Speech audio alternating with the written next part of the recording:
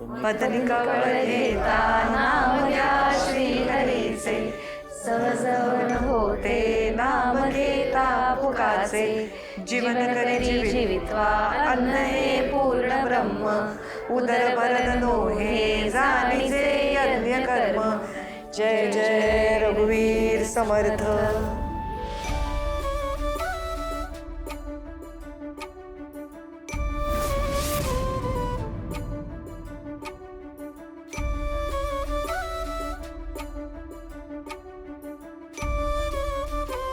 कृष्णाई, एक नंबर झाली आहे कोशिंबीर।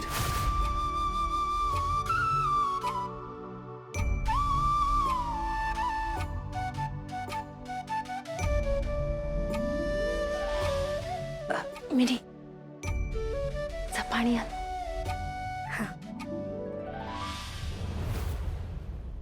धाकटी ते फुगडी खेळताना माझ्यामुळे लागले तुम्हाला, सॉरी।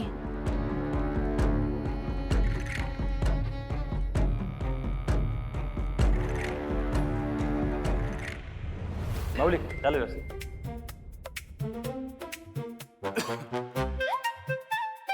होय शंकर दादा, ते कोशिंबीर फेकली म्हणून वहिनी चिडल्या नाहीत?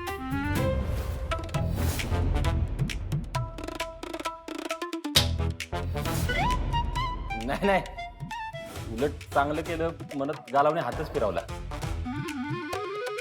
मला तर वाटलं मोरी पीसच फिरवले गौरीजींनी।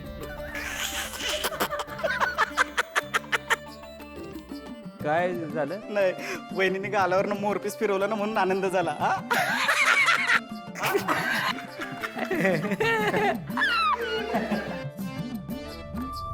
धाकटी आई घ्या कोशिंबीर खावा, खावा। दिवसभर सेवा करून दमला असाल ना धाकटी आई, घ्या कोशिंबीर खावा। गौरी, काय चालवलंय? काय सांगितलं होतं मी तुला? राग हा माणसातला चांगुलपणा जाळतो, त्या चांगुलपणानंच मी माझ्या धाकट्या आईला कोशिंबीर भरवणार। घ्या धाकटी आई, घ्या कोशिंबीर खावा, घ्या खावा।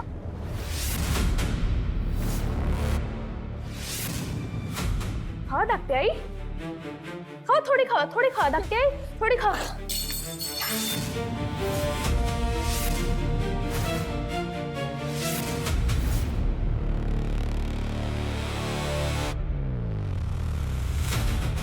ह्या बाईनं हिच्या भावाच्या हातानं कोशिंबिरीत औषध मिसळलं।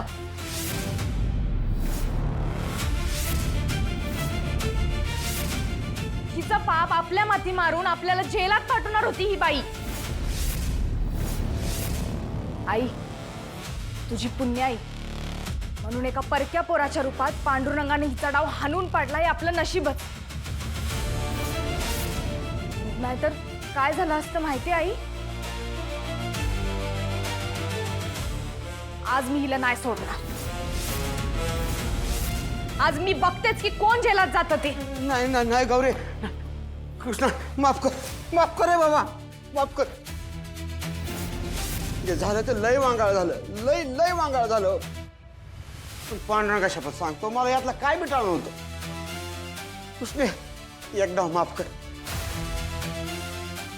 या नवऱ्याचा संसार वाचव, तुला माझी शपथ आहे कृष्ण।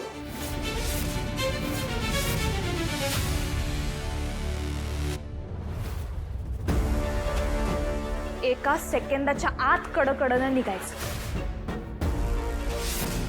इथून पुढं जर घराच्या आसपास जरी दिसलीस ना, तरी कृष्णाईच्या ह्या लेकी तुझं तंगडं तोडून तुझ्या गळ्यात अडकवतील।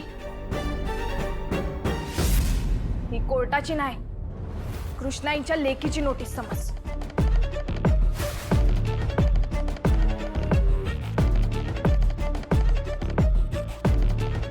चाल।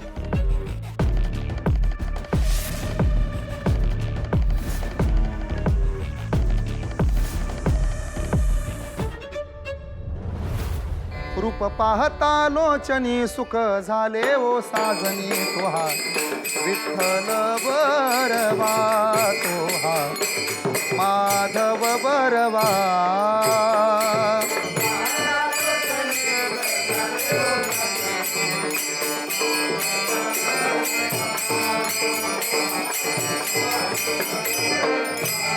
तो बहुता सुकृताची जोडी म्हणून विठ्ठली आवडी तो हा विठ्ठल बरवा बरवा तो हा माधव बरवा.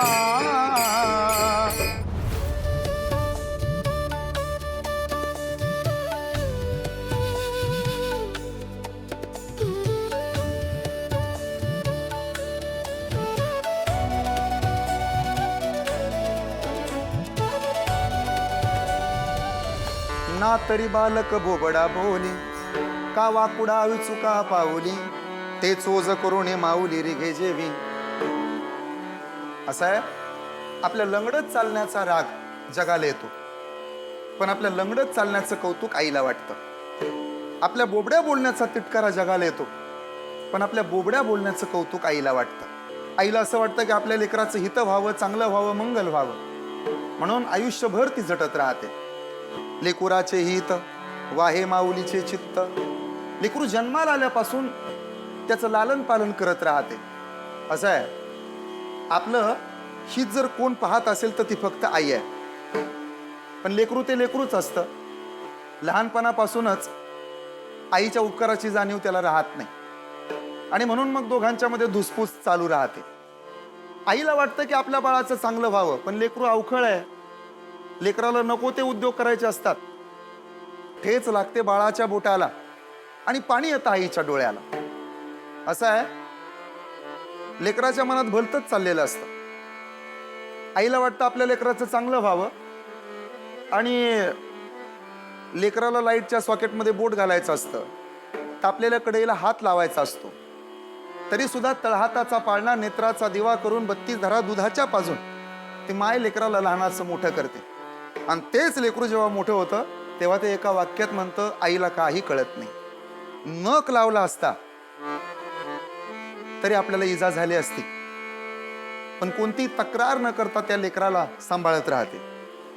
आपल्या आयुष्यातलं पहिलं पाऊल टाकायला आई शिकवते, पण टाकलेलं पाऊल वापस घ्यायचं नसतं बेटा, हे सुद्धा आईच शिकवते. हे जग स्वार्थानं बरबटलेलं आहे. या जगामध्ये शक्यतो आई वडील सोडून कुणी कोणाचं नसतं. माणसाचे डोळे सांगून जातात व्यक्ती कशा आहे, अश्रू सांगून जातात दुःख किती आहे, वाचा सांगून जाते माणूस कसा आहे, स्पर्श सांगून जातो मनात काय आहे, ठेस सांगून जाते लक्ष कुठं आहे, संस्कार सांगून जातात परिवार कसा आहे, गर्व सांगून जातो पैशाचा माज किती आहे, विश्वास सांगून जातो घरातला जोडीदार कसा आहे, आणि आयुष्यात आलेली वाईट वेळ शिकवून जाते आपला आणि परक नेमकं कोण आहे.